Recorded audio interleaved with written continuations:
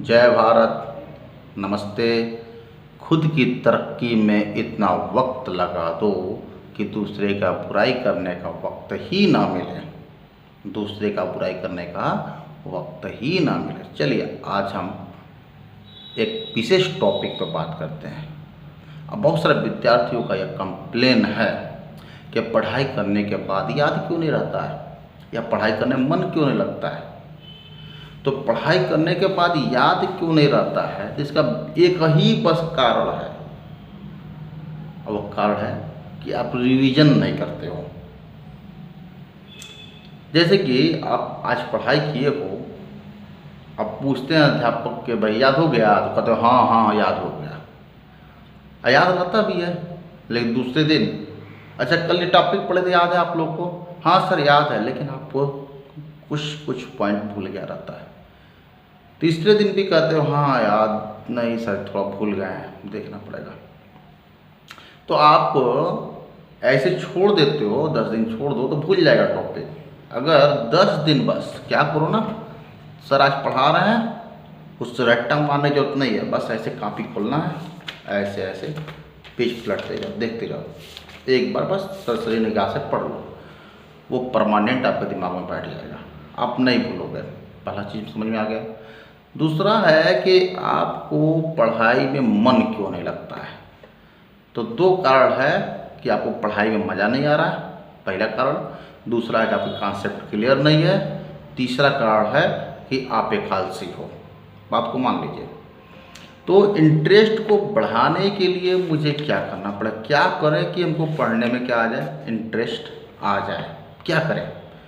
तो हर पेरेंट्स का एक चिंता होता है कि मेरे बच्चे को पढ़ने में मन नहीं लग रहा है, तो क्या करें कि पढ़ने में बहुत तेज़ हो जाए, पढ़ने में मन लगे, एक आध घंटा घर पे कम से कम टाइम दे पढ़ाई लिखाई पे। तो आपको एक काम करना हो कि एक बढ़िया अध्यापक ढूंढना है। बढ़िया अध्यापक किस तरह का हो, जैसे कि आपके बच्चा, ध्यान दीजिएगा, दोस्त के बीच में जाता, खूब खेलता है, दिल से खोल के बात करता है, आज वो बातें कर लेता जो आपसे नहीं कर पाएगा, शर्माएगा आपसे बात करने में। तो पहला टीचर की क्वालिटी होनी चाहिए कि वो दोस्त हो। विद्यार्थी, हर एक विद्यार्थी 100 पढ़ना तो 100 का दोस्त हो, एक दोस्त की तरह। दूसरा क्वालिटी क्या होना चाहिए कि एक माता पिता की तरफ केयरर भी हो। जो गलत रास्ते जा रहे हैं, बेटा गलत रास्ते पे जा रहे हो, हम भी जान रहे हैं, चलो इस रास्ते पे आ जाओ, बढ़िया है। तो केयरर भी हो माता पिता की तरफ। तीसरी क्वालिटी क्या होना चाहिए, तीसरा क्वालिटी एक कठोरता भी होता ना, कहते हैं भाई बीन हो तो ना प्रीत हैं। तो आपको मालूम है कबीरदास जी का आप बोले हैं गुरु किस तरह होना चाहिए, तो गुरु कुम्हार शिष्य कुंभ है। अगर गुरु कुम्हार है तो शिष्य क्या है, घड़ा है। तो गांठी गांठी काठे खोट, अंतर हाथ सहार दे बाहर मारे चोट।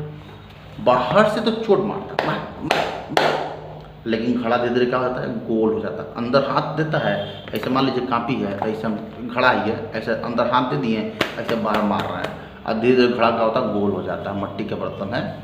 तो इस तरह गुरु होना चाहिए कि जब जरूरत पड़े तो ओके कठोरता से थोड़ा व्यवहार भी कर सके, लेकिन ध्यान रहे माता पिता की तरफ, ठीक ना।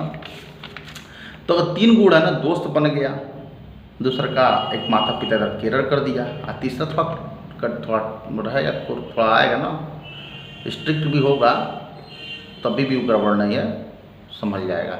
लेकिन आपके लड़के के इसी तरह के टीचर की आवश्यकता है। अब आता है दूसरा बात कि lake of concept. Lake of concept में उसकी कॉन्सेप्ट क्लियर नहीं है, तो क्या करें, तो किस तरह का अध्यापक ढूंढे, तो एक अनुभवी अध्यापक ढूंढिए। जैसे कि अनुभवी डॉक्टर होते हैं ना, जाते हैं तो आप लोग एक कौन डॉक्टर बढ़िया है, डॉक्टर बढ़िया है, कहा है भाई 10 साल का एक्सपीरियंस है, और जो बीमारी देखते हैं फटाक से ठीक हो जाता है। तो ऐसे ही आपको अध्यापक भी ढूंढना है, अनुभवी हों। और जब अनुभवी होंगे तो बच्चों को देख करके 1-2 दिन देखेंगे ना, समझ में आ जाएगा कैसा है, वो देखते ही समझ जाएंगे वो क्या प्रॉब्लम है। तो उसकी पहला क्या करेंगे, कॉन्सेप्ट को क्लियर करेंगे। क्योंकि बच्चे कई बार क्या होता है, माँ बाप ध्यान देते नहीं हैं, और 6, 7, 8 कमज़ोर हो गया तो 9 तो उसे ही कमज़ोर हो जाएगा। तो बेसिक चीज़ें जो होते हैं वो भी टीचर उसके साथ पढ़ाते समय बताते चलते हैं, इससे उसका कॉन्सेप्ट क्लियर हो जाता है। अब आता है कि डाउट क्लियर भी हो गया और टीचर भी मस्त मिल गया, अनुभवी अध्यापक मिल गया। अब आता है तीसरा क्वेश्चन कि एग्जाम में बेहतरीन नंबर पाने के लिए क्या करें, तो विद्यार्थियों को क्या करना चाहिए। तो पहला तो आप जानबे कर रहे हैं कि बेहतरीन नंबर पाना तो एक अनुभवी अध्यापक के अंडर में उसको पढ़ाई कराइए। दूसरा है कि एक बेहतरीन नोट्स, एक जो एग्जाम को प्रभावित करता है उस तरह का नोट्स होना है। तीसरा क्या, उसका राइटिंग अच्छी होनी चाहिए। और चौथा क्या है कि थोड़ा सा भाई हर चीज़ जानते हैं फॉर्म पैंट शो है, तो कापी पे लिखने का जो तरीका होता है वो भी बहुत बढ़िया होना चाहिए।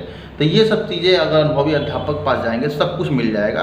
अब आपको परेशान होने की जरूरत नहीं है।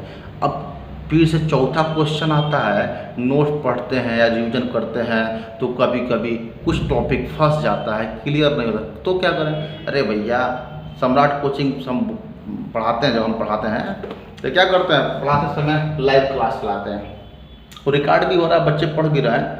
अब बच्चों को प्रॉब्लम हो गई तो घर पे जाएंगे और वीडियो देख लेंगे, मालूम चल जाएगा कहाँ पर क्या दिक्कत है।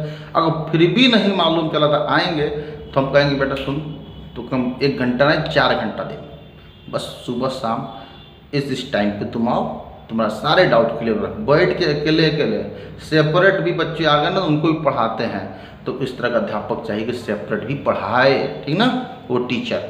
ठीक है, अगर जरूरत पड़ गई तो टाइम भी दे सकें तो ठीक है, डायरेक्ट टीचर से वो क्वेश्चन पूछें भैया साहब, ठीक है।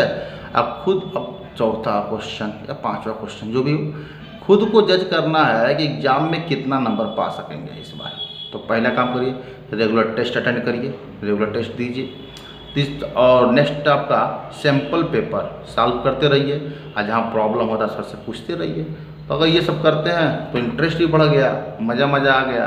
अब पढ़ाई बिना मज़ा का नहीं होता है, मज़ा भी चाहिए और थोड़ा दिमाग शांत ही होना चाहिए, ठीक है। और शांत दिमाग कैसे होता है वो अगले वीडियो में बताएंगे कि शांत दिमाग के साथ पढ़ाई कैसे करें। जय भारत।